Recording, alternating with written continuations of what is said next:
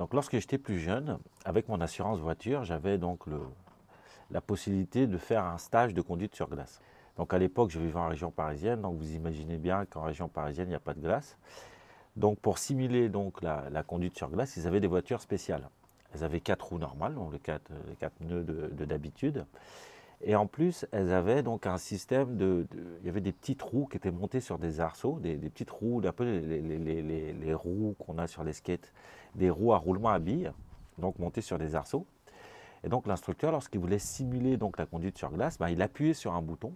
Et là, d'un coup, la voiture était montée sur les arceaux, sur les petites roues, et donc elle partait dans tous les sens. Lorsque l'instructeur nous donne la voiture, donc il donne la voiture, il s'assoit à côté, et puis là, on commence à conduire en mode normal, et puis d'un coup, il appuie sur le bouton, donc la voiture commence à partir dans tous les sens. Et là, notre premier réflexe, en fait, c'est de freiner. Automatiquement, on freine, c'est un réflexe, là, on freine. C'est instinctif, là, on voit un danger, on freine. Et là, en fait, ça fait qu'empirer en fait, la perte de contrôle de la voiture. Le deuxième réflexe qu'on a, c'est qu'on a tendance à regarder dans la direction du dérapage. Donc si la voiture dérape vers la gauche, on tourne notre regard vers la gauche, vers la droite, on tourne vers la droite. En somme, on a tendance à regarder dans la direction du danger du problème. Donc vous en doutez bien, ça n'apporte aucune solution, ça ne fait qu'empirer, c'est de pire en pire.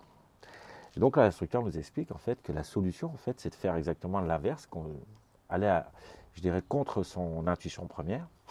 La première chose, c'est d'accélérer. Et la deuxième, la plus fondamentale, la plus contre-intuitive, c'est de regarder dans la direction dans laquelle on veut se rendre. Donc tourner son regard vers l'horizon plutôt que de tourner son regard vers le problème. Et lorsqu'on fait ça, comme par magie, eh ben, la voiture se redresse.